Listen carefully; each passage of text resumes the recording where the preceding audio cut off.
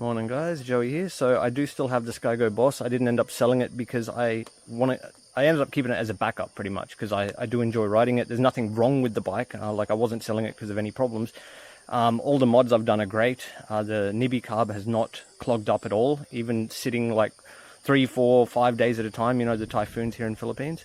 The only things worth noting would be there's a weird smell from when I last repainted the exhaust. It had like a bad smell, so I'm gonna not recommend that paint. Use the other high temp paint, Samurai. Don't use whatever the heck I use all the time. I'll try to find a link for it just to warn you guys. But otherwise the paint's been holding up good. The smell did go away after a few weeks of riding. But I do only ride short distances, so it's like 15 kilometers, you know, to gym and stuff up here in the mountains, and I do ride it hard. But as for everything else, the tubeless tires have been great. There is some rust around the oil bolts, as you can see here. Like I should put some rust converter on them or something, but it's not. It's just surface rust. It's not super bad, hopefully. And yeah, otherwise, yeah, it sits for days at a time, and it still starts up first go, just using the choke. So that's worth noting, I reckon, because when motors have issues, they'll usually show them in the first 6 months, or 3 months, I should say. And it's still been reliable. The battery I put on there, the OD battery, is still holding up strong. I haven't had to like take it out and charge it or anything. Even sitting I think the longest is a week I've had it sitting, and the battery's just fine. Like, and I use a USB on the boombox like every time I ride. So I've been riding it at least once a week, sometimes twice a week. But I do have the Dominar over there that I've been riding more. But yeah, just an update ride to show you guys how it's going. So yeah, this is going to be a cold start, and I'm just going to head to gym and then do the ride back too. Cheers. I'm also not using any external mix this time, so you're going to hear a bit of wind noise. It's just the raw audio from the Insta360 mic. So yeah, alrighty. I'm going to go smash this workout, get out of the way, because I've been putting it off, you know how it is, kids. And yeah, so petcock, hold the choke lever up, and a little bit of throttle. There we go. Easy start, and it's idling. So the choke plunger on the Nibby PE26 automatically goes down. So you just pull it up, start the bike, and then as soon as it started, let go, and it idles like that. So it's pretty much the perfect carb for these 150cc motors. And you know, it's similar to like the Hondas, very similar types of motor. This is just like a knockoff of, you know, the CG motors. And one issue, the Spirit Beast it's like a glass steel filter I had. The glass cracked from bumping on the frame. So I ended up swapping it for a little plastic one, which has actually been a bit safer, I think, because I used a high quality hose, and I didn't even have to put clamps on it. Just like forced it on there. It's got barbs and no leaks, and that's probably been the only notable thing. And yeah, the tires are holding up good, tubeless tires. Yeah, no dramas, even with hard riding. So I'll just give it a minute to warm up. And it is, check what the time is. Just so you know what time I'm starting it here in the mountains. So I'm at altitude, and it's 7 in the morning. So it's still a bit, even in Philippines, it's cool enough here in the mountains that I'm wearing a jumper. So I'm wearing a jacket. And yeah, just gonna show you guys. It's already good to go. I think the regular rides have been good for it. Probably need to do an oil change soon too.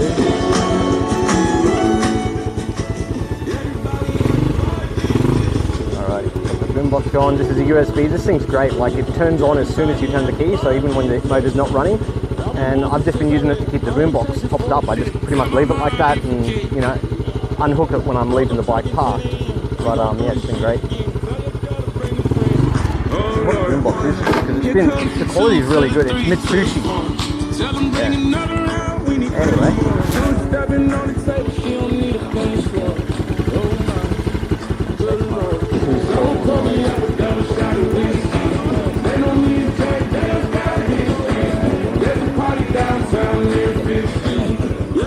My pants were caught on my shoe with like a little buckle. Right.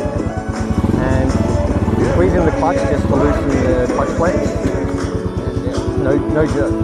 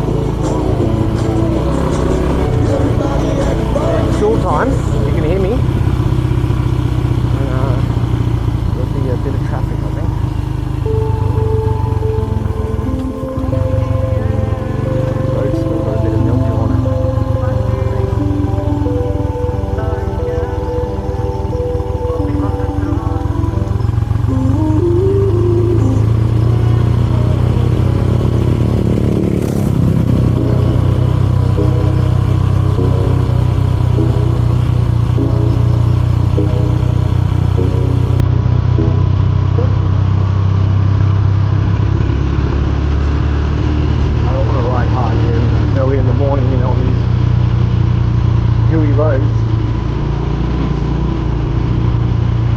steep part's going to be technical. Great. Too hard.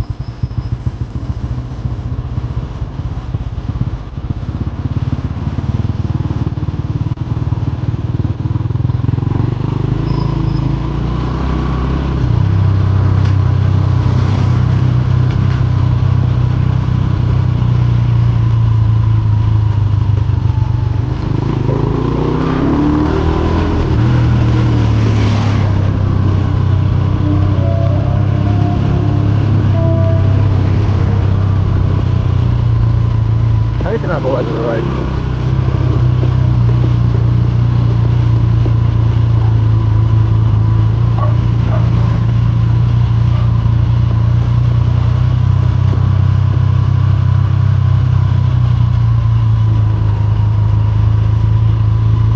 This is all mossy, slippery as F road.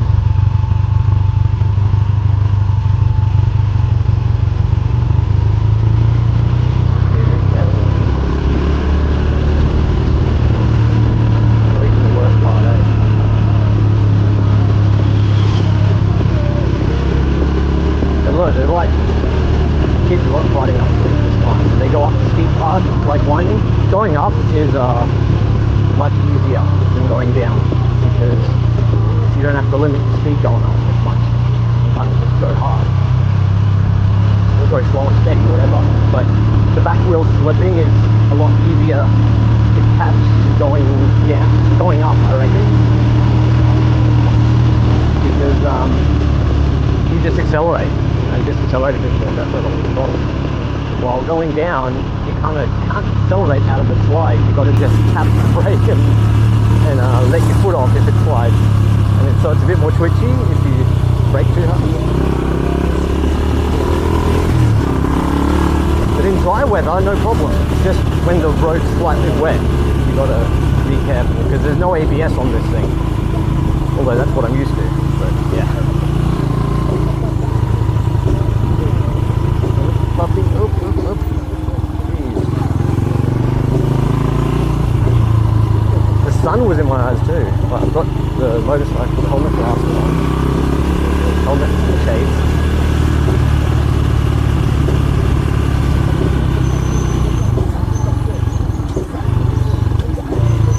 Venting gear down.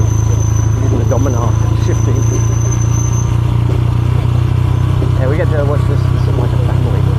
3-4 people on this bike ahead of me, this little scooter. So that would be a 110 or a 125. And they use street tires, and it's like semi-rough road, and they do fine. So just if anyone was ever wondering, you need dual sport tires to ride in the mountains on concrete or rough, semi-rough road. They do fine here with smooth street tires. Although I don't know how twitchy it is over like the really rocky roads or the bumpy parts of concrete that like have smooth rocks sticking out. I'd imagine a thin wheel would just get knocked around everywhere, like it would feel really skittish.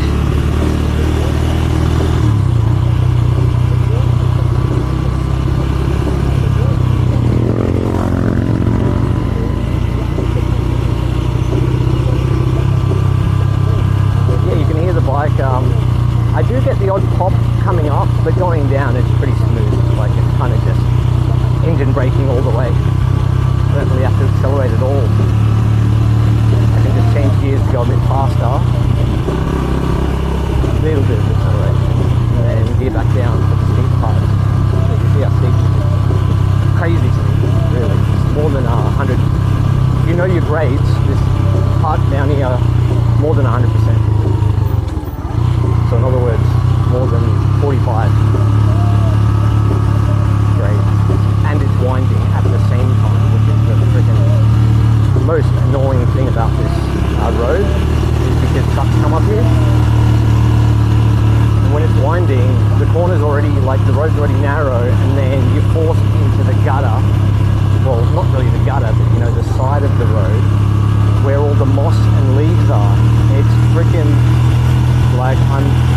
there probably are accidents, they just don't get reported.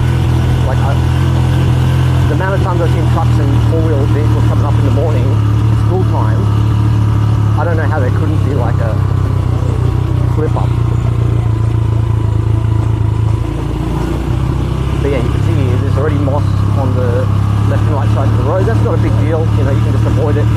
But look at this corner when I get up here. So this is after like weeks of typhoons, rain, and there hasn't been a cleanup crew coming through. And just look at, I'll just slow down a bit because I don't want to go too fast around here. And all I can do is lightly brake. But if I'm forced, like if there was a truck and I'm forced, I'd have to go onto that mossy leaf debris. It's actually not as bad as the other day. But kind of like always hoping there won't be a friggin' dump truck coming up. See, this one's fine. Yeah, you can see something slid over there with a few slides, tire marks. And yeah, just very sketchy. At least the trucks usually beep though. They give you warning now, like they never used to when I first moved back up here. There was some new drivers for the dump trucks, so they didn't know about the etiquette. You beep on just before the bends, because the four wheels are the ones that force everyone off the side. Now that wasn't bad. Now we're back on. Now we're at the sea level now.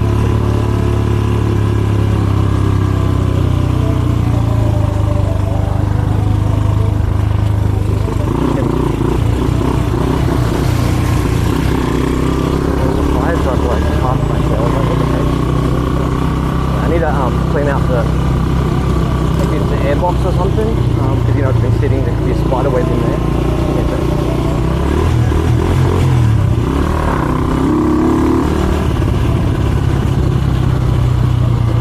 Yeah. You know, it's school time. I can't floor it. I can only just rev it.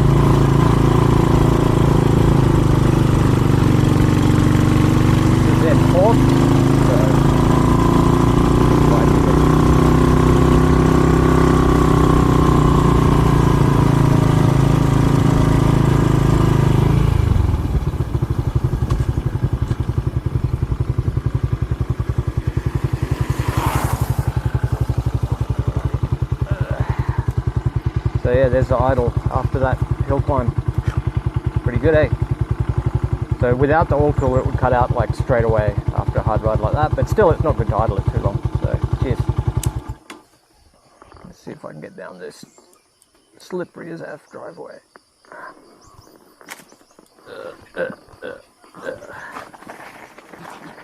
Moss everywhere. I'm done, eh? That was a decent workout. I missed a few days. And I guess, you know, you just saw that ride. I might as well add this in because this has been a thing for a lot of, well, not a lot, but some Skygo owners. The bike gets really hot. This oil cooler does make a difference because look.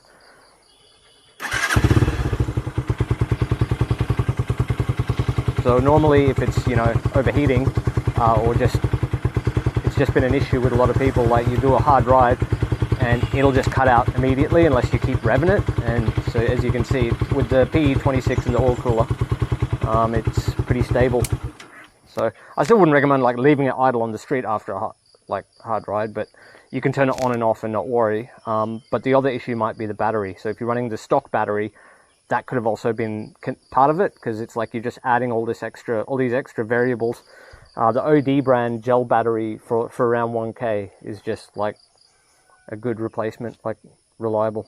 So anyway, I'll link stuff in the comments if anyone's interested. If you like, yeah, this is for the Sec side boxes. I put it back on, and I'll quickly show you because someone was asking me how does it bolt on. It's DIY, so meaning that the brackets all have holes and you just line it up to where you want the top box to sit. So if I just show you guys real quick, one using this like slight L bracket with a straight bit and a little bit of L behind the foot peg, and then 1, 2, 3, 4, the fourth one, and then the bracket here, and then I've used another little L, and that's 1, 2, 3. So that's basically hooked, and that's hooked onto the mono rack. But if it was the stock bar, I'm pretty sure there's a bolt here somewhere that you could just align it with, like you just turn it a little bit and align it with where the indicators go. And then I did do one around the back just for a bit of extra stability, and that's pretty self-explanatory. Like you just kind of use the L and use a couple of the just show around here, these ones, whatever they are, you know, they're all different shapes and sizes, and you just got to kind of like put it how you want. I've seen some people do it over the top if you're running the original rear brake light. I've seen them do it over the top. I've even seen people do both, but I'm pretty sure you'd need 2 sets of brackets, and I just prefer the lower because it looks cleaner. And yeah, everything's been holding up great. I've carried like 10 kilo rice in both sides, plus another 8-9 kilos of meat in the back, and it's just, yeah, it's solid.